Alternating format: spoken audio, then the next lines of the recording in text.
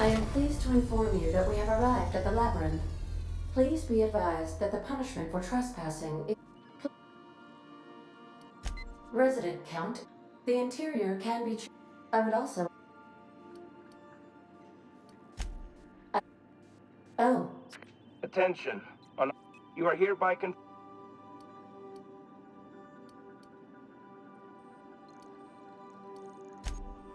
I'm sorry, you people? Did you just cast a generalization on upstanding UDL employees? You're up to 5,000...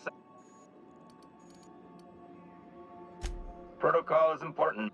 The sentencing of one crime does not preclude the sentencing of an... Tartarus docking authority signing up. Hang on. Looks like you're gonna have company. Wait, is that from the Groundbreaker? What? Transmission. How can I...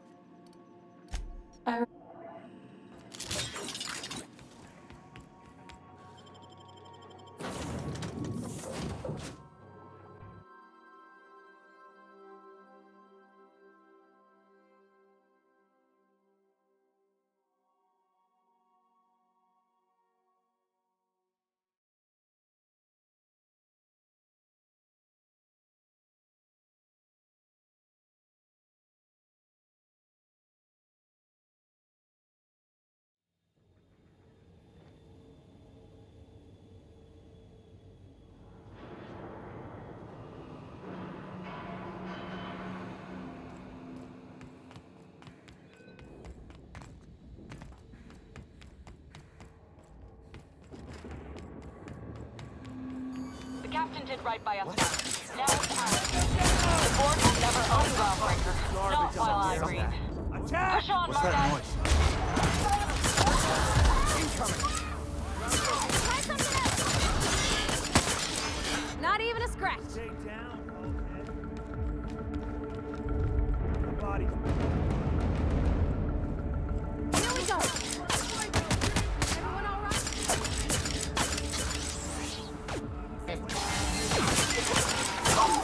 Stay down.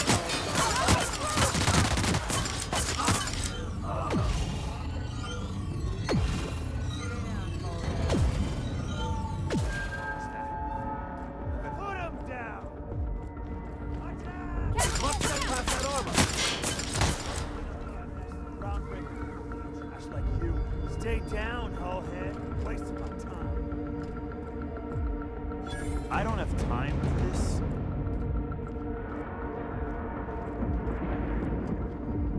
Can't let you take all the glory.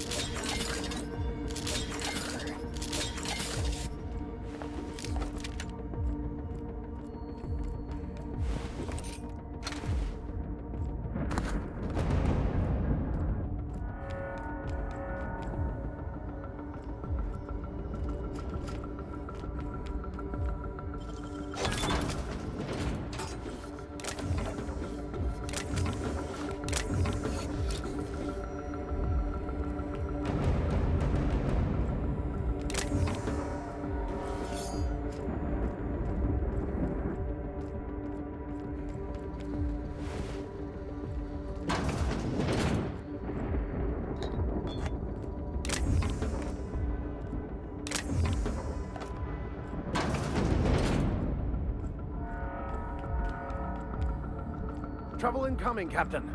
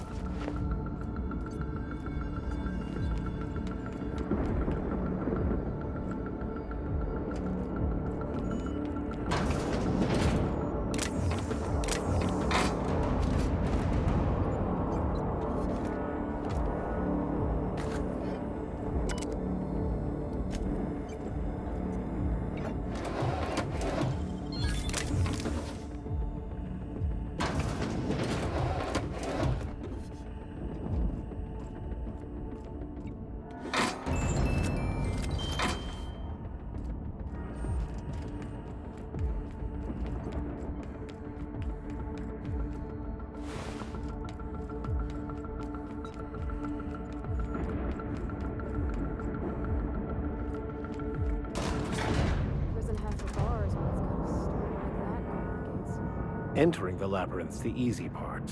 Making it back out. I'm still trusting your plan on that one, Captain.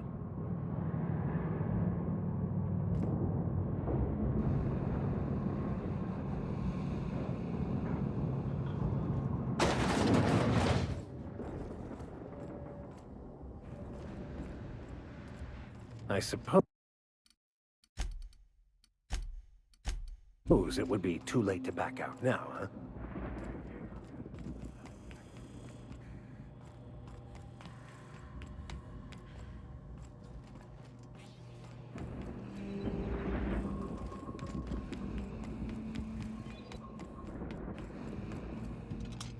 Get ready! Right, stick! I don't think that's working! Everyone all right?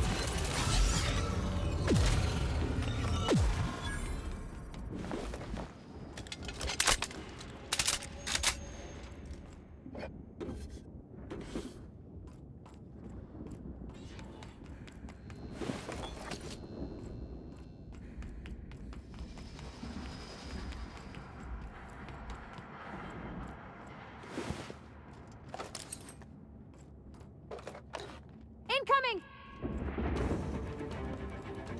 Don't mess with us! Nice hit! Double work, Captain!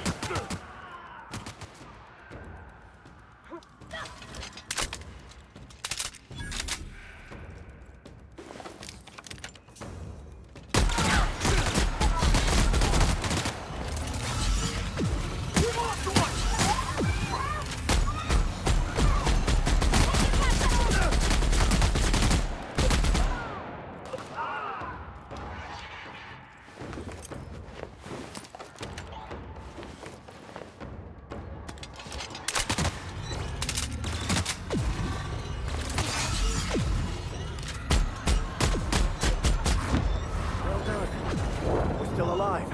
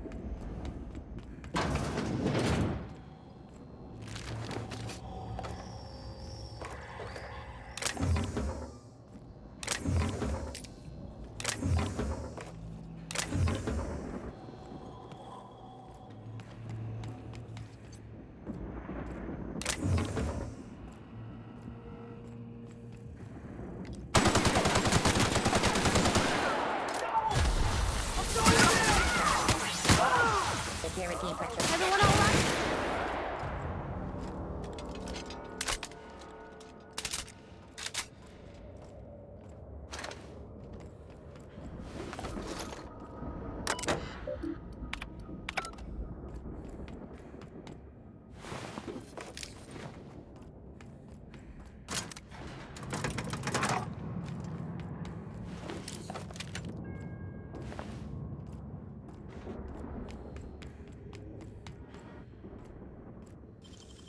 Great work.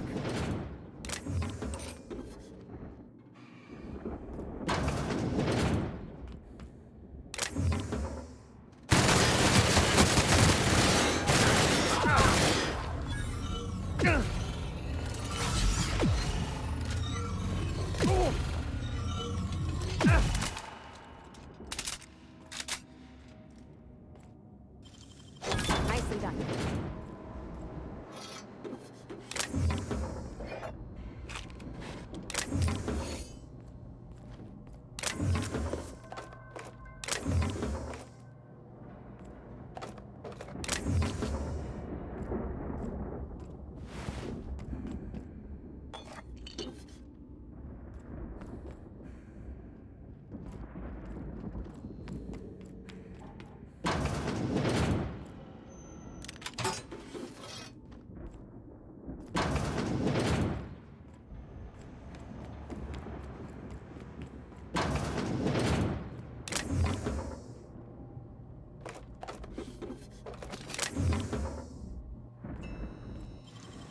You're a deft hand with a mag pick.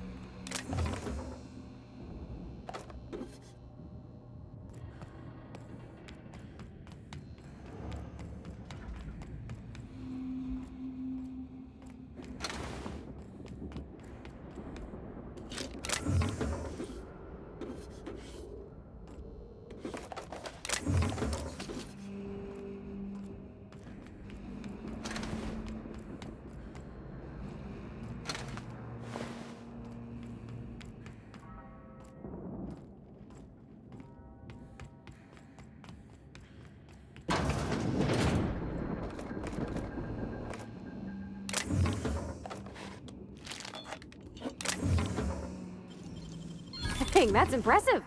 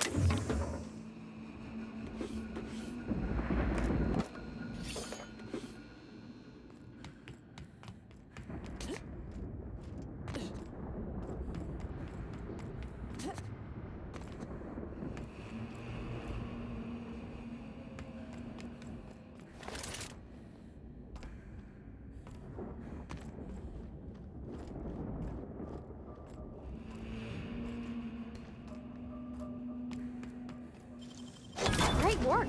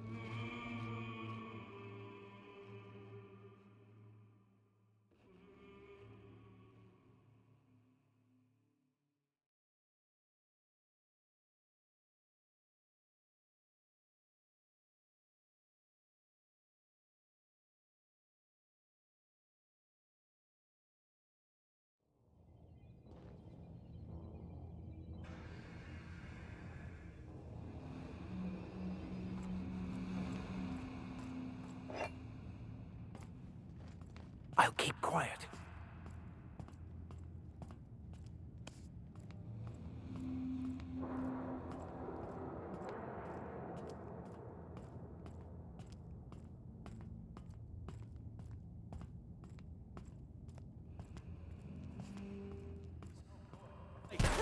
We're pretty good at this.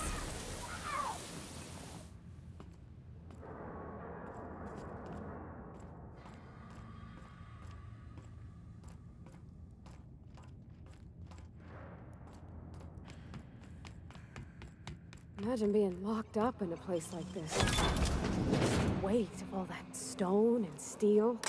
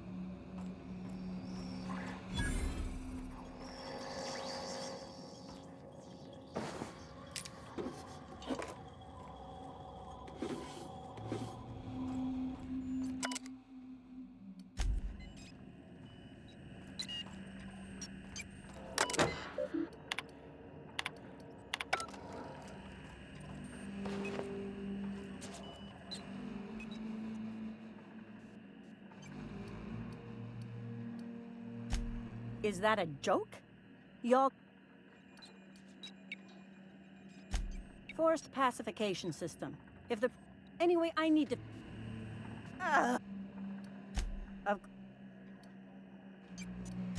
Well, we don't always get what... Fixing the...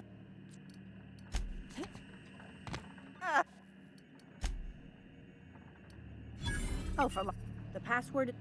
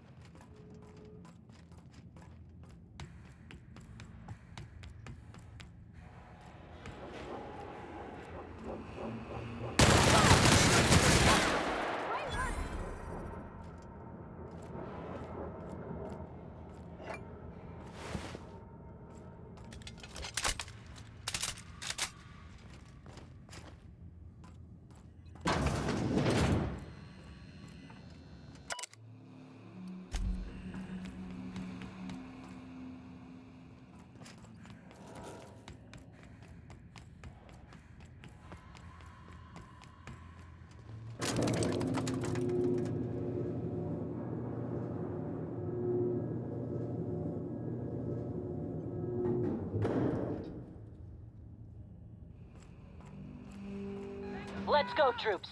Stellar Base counting on us.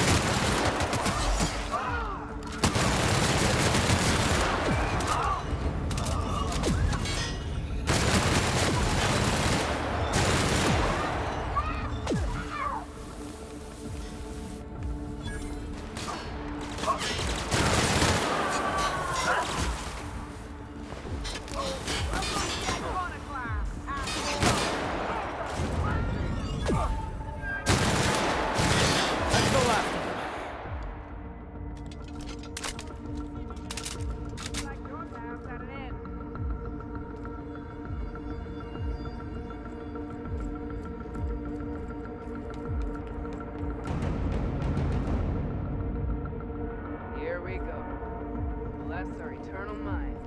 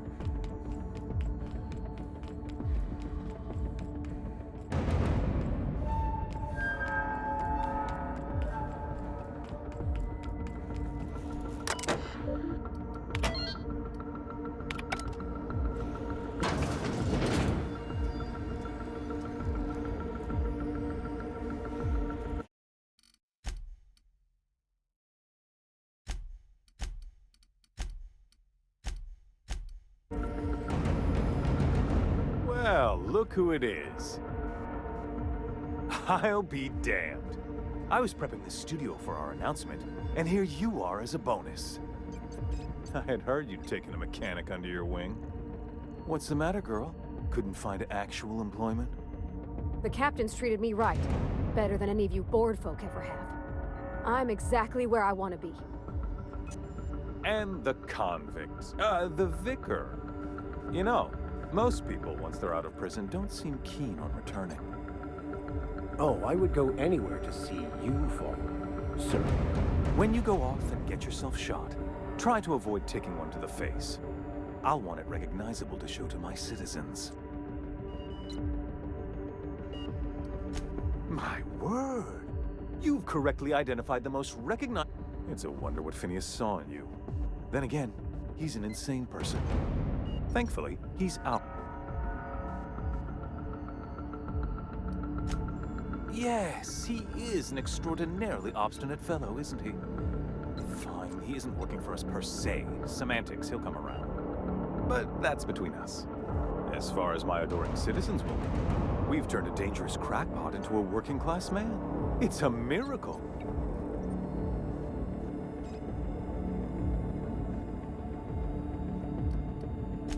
It's PR. It's for the best, really. Believe me, the good people of Byzantium don't want to know what goes on here. I know Halcyon's in rough shape, but riots are the last thing anybody needs right now. Let me ask you something, Captain. Have you at any point thought about not fucking up our entire society? I believe we could ask you the same. I'm making actual progress towards stabilization and recovery. You're just getting in the way.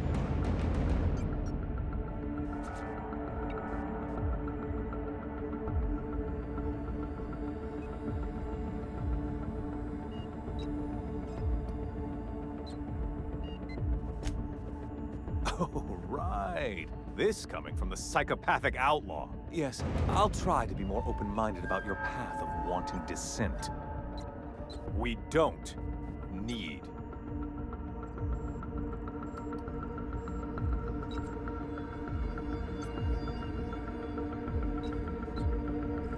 I'll admit, there's no shortage of talented scientists and engineers there.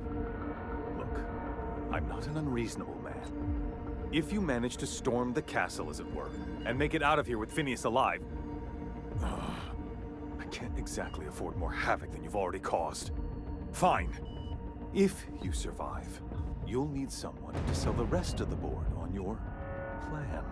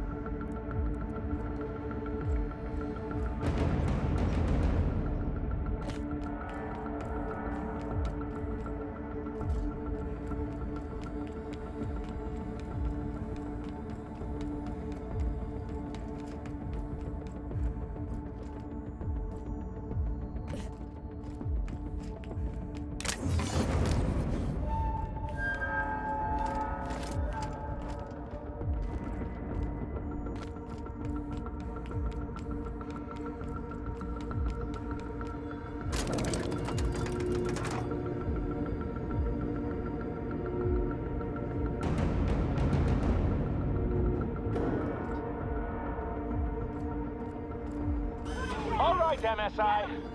I'm not one for rousing speeches, but the captain needs our help. So get in there and fight!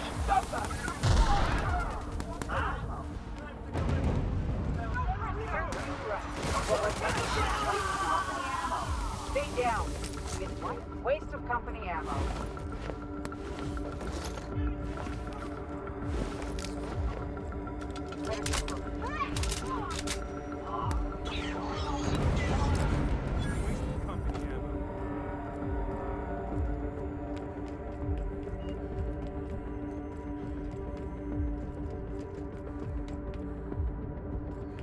Captain, look out!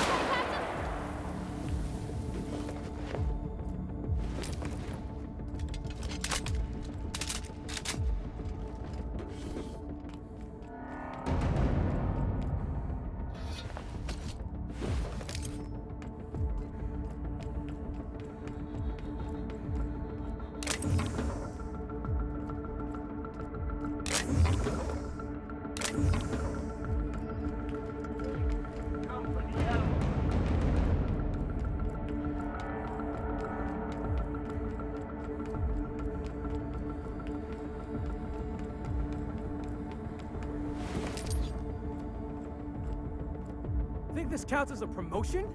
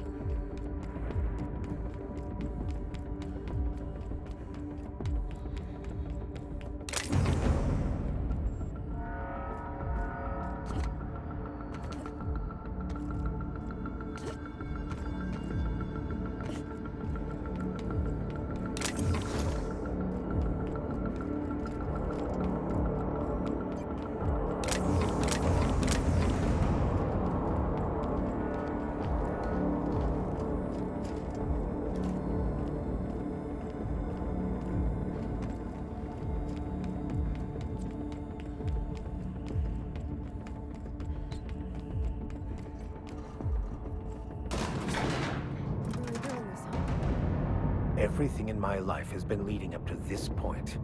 I believe I am ready for this.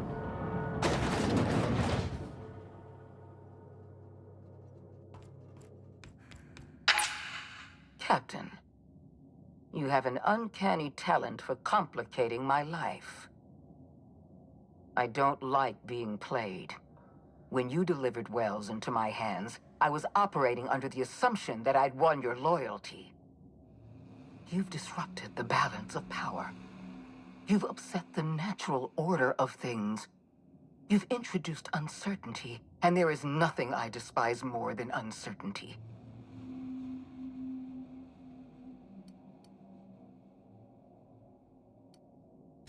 I'm afraid I can't do that.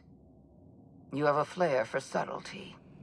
If you'd worked for me, you would have been the greatest fixer Halcyon has ever seen. For all your talents, you are the enemy of Halcyon, and therefore...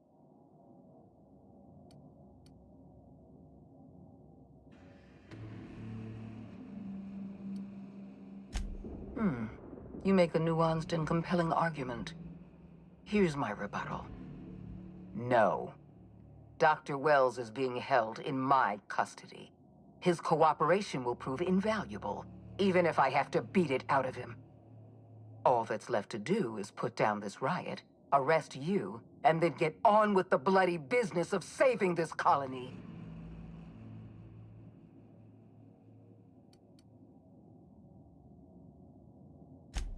Fair enough.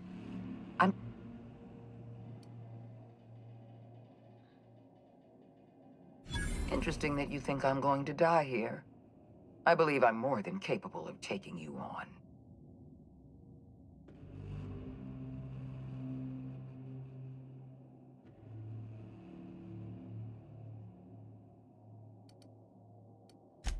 Fair point. I don't know how you've managed to defy the odds. By every reasonable estimate, you should be dead. Yet here you stand. I've devoted my entire life to protecting Halcyon. I'm not afraid to die in the line of duty.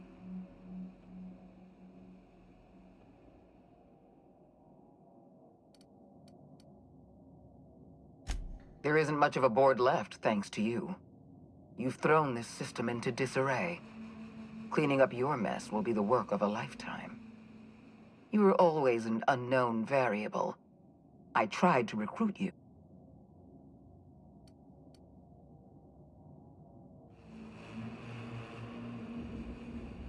I'm aware of Dr. Wells' plan.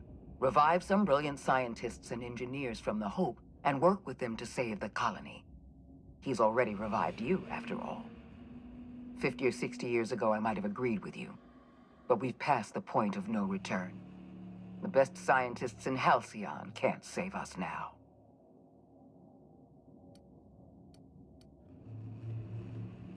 I appreciate your confidence, Captain. But so long as you're allied with Dr. Wells, we can never work together. I haven't given up on the program yet. You've caused some complications, but I can improvise. I can fix this. I haven't lost control of the labyrinth yet. Our security system is still operational. I can still put a stop to you. This prison is equipped with an automechanical warden. I've had it programmed to eliminate you on sight and rinse your remains down a drain. And don't worry. I will inform Dr. Wells that you died heroically, or something.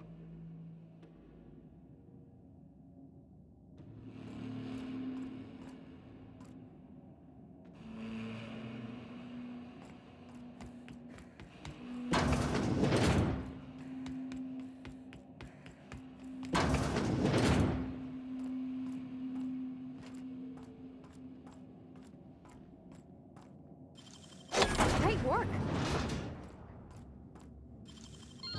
Done.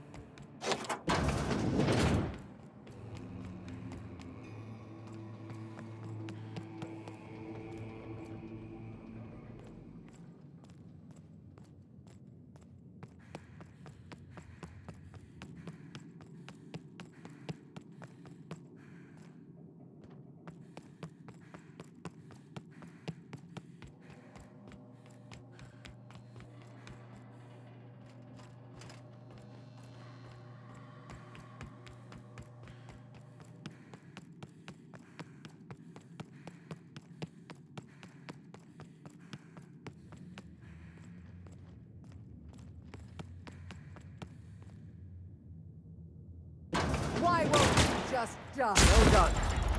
We are victorious.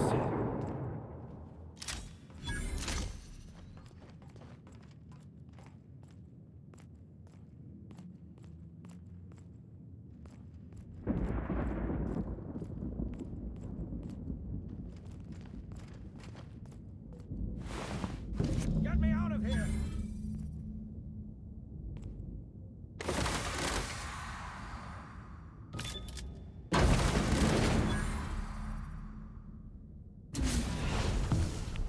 You don't know how glad I am to see you.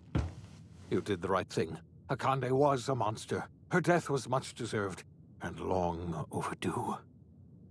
And you lunatic, you broke into the board's own fortress just to rescue one doddering old man. You are absolutely out of your mind, and I can't begin to thank you enough.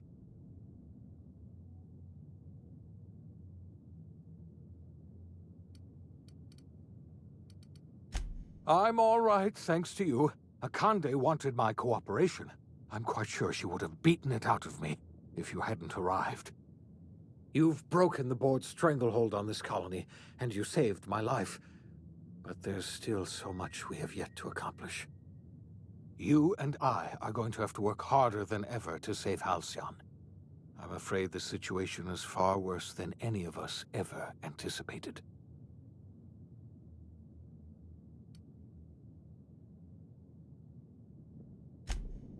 Earth has gone dark. We haven't received a single message in 3 years. There's been no communication, no signals, nothing. 2 years ago, the Earth's Directorate's frigate disappeared on their way back to Earth. We don't know what they discovered when they arrived, or if they arrived at all. Earth is only an idea to us. But that idea is the bedrock the colony is built upon. If people were to find out it's gone dark, the shock could be too much to bear.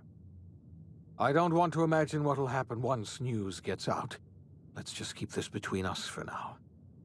You mean we're all alone out here? Really alone? I'm afraid so, Miss Holcomb. Halcyon is the only home we have left. Returning to Earth is no longer an option. We're in serious trouble, my friend. Do you know what this means for Halcyon? We can't rely on Earth for support anymore. We've been cut loose. We're entirely on our own.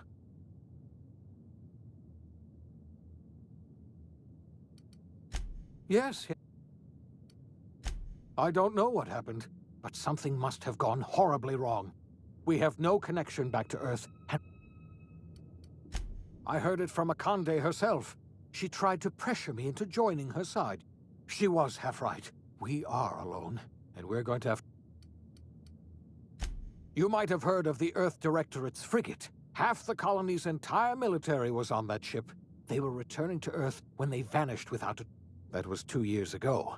We haven't heard a word from them since. Yes, Akande mentioned as much.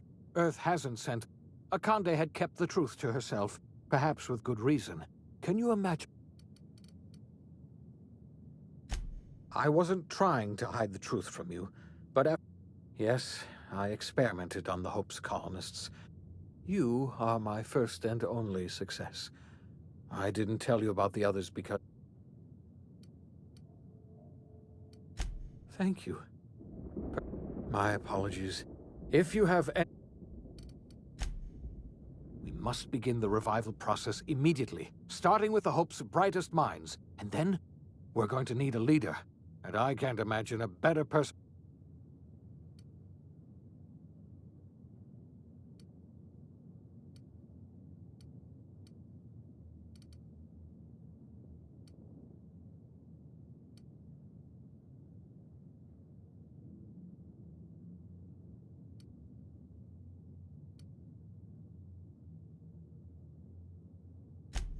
The chairman? I don't know why you let that... You're the best thing to ever happen to Halcyon. If you want to take it... We're not a colony any longer, are we? Our last connection to Earth has been severed. Our future is uncertain.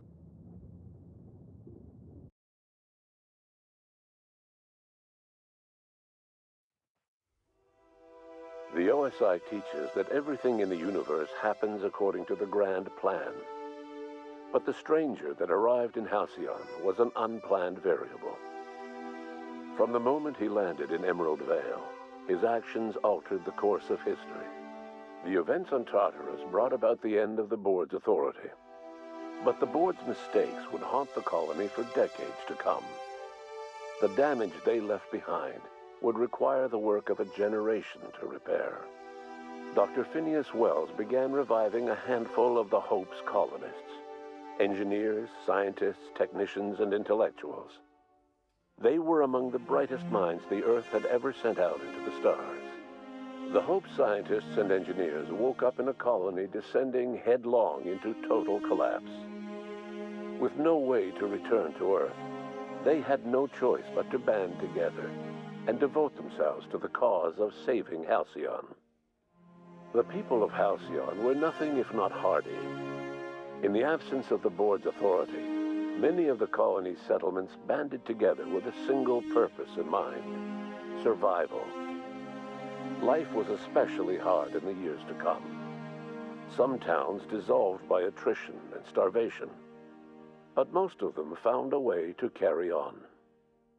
In the years to come, Halcyon was forced to reckon with its newfound freedom. The board was gone, and for better or worse, the colony was responsible for its own destiny. Between MSI's worker-centric policies and the iconoclast's manpower, Sanjar and Zora were able to rally many of the Terra 2 townships to their cause. MSI's workforce swelled, and the iconoclasts enjoyed a significant surge in their ranks. The board was too distracted by infighting and internal politics to stop MSI from becoming a powerful corporation and a refuge for townships that might have fallen through the cracks. Consumed by paranoia, Lilia Hagen took Sublight Salvage in a controversial direction, openly accusing board officials of an extraterrestrial conspiracy. One day, an accident at the Groundbreaker's docking bay silenced her forever. Time would tell if her replacement could keep the Sublight family together.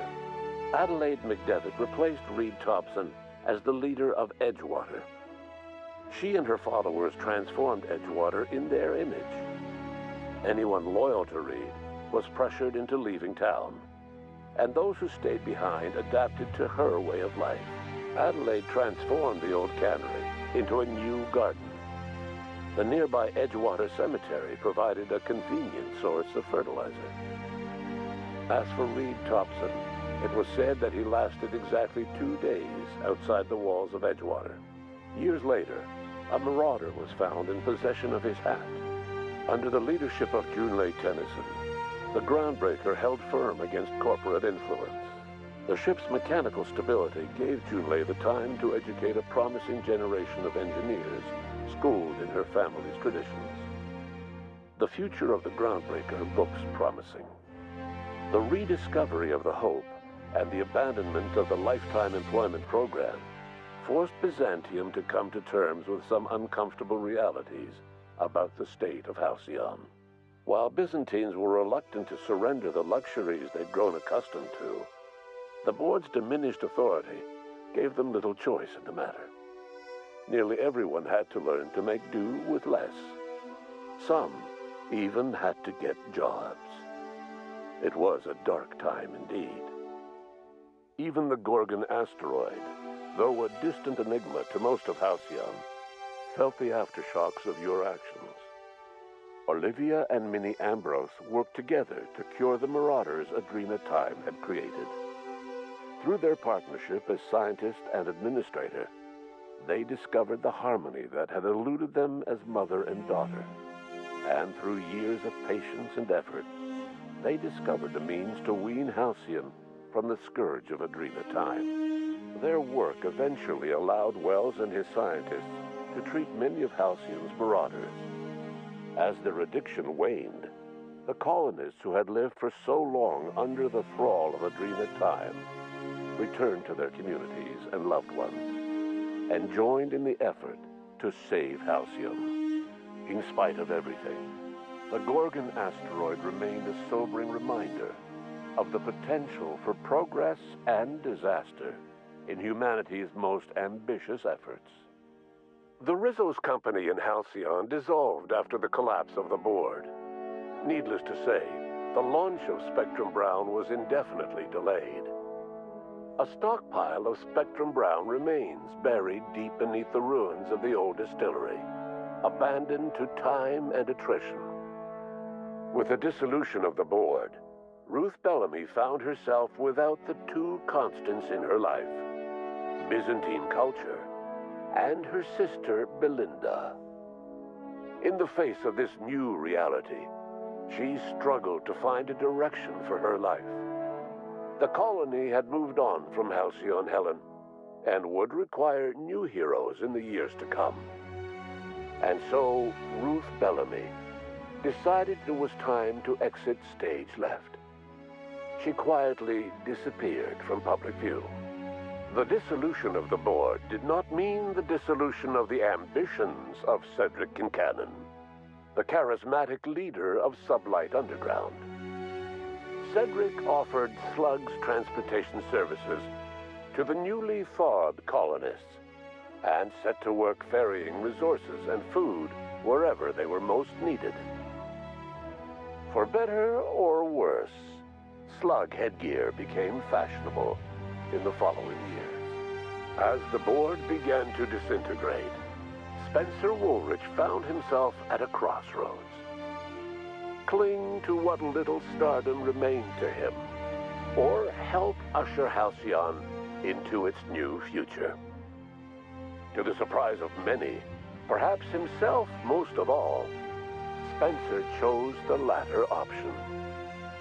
Having learned a variety of different skills in the many different roles played throughout his lengthy career, Spencer founded a radio serial dedicated to staying alive despite the odds. His subjects included how to survive violent encounters with only grazing wounds, dispense pithy one-liners for tense scenarios, and, of course, how to look good doing both.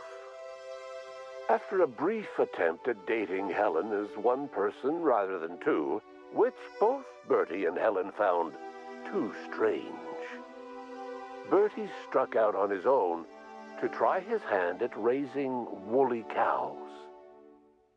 Many of his former Rangers teammates soon followed, accompanied by the woolly cow the team had originally plied with alcohol. The dairy farm thrived under Bertie's leadership and care. The Dairy Rangers privately believed that the woolly cows softened Bertie's temper considerably, although the only one brave enough to say this to his face was promptly headbutted.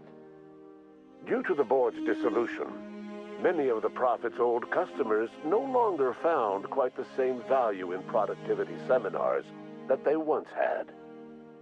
With her business drying up, the Prophet chose to take her followers down a new path.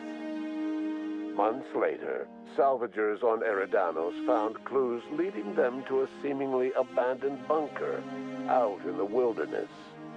Inside, they discovered horribly mangled corpses, sacrificed to a blood-scrawled portrait of a sprat-headed deity.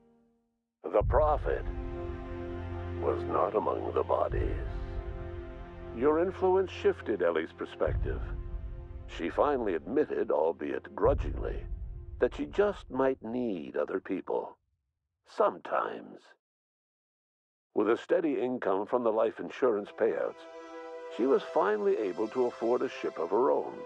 She hired a small crew and flew supply missions to communities on the fringe. Some of them were even legal.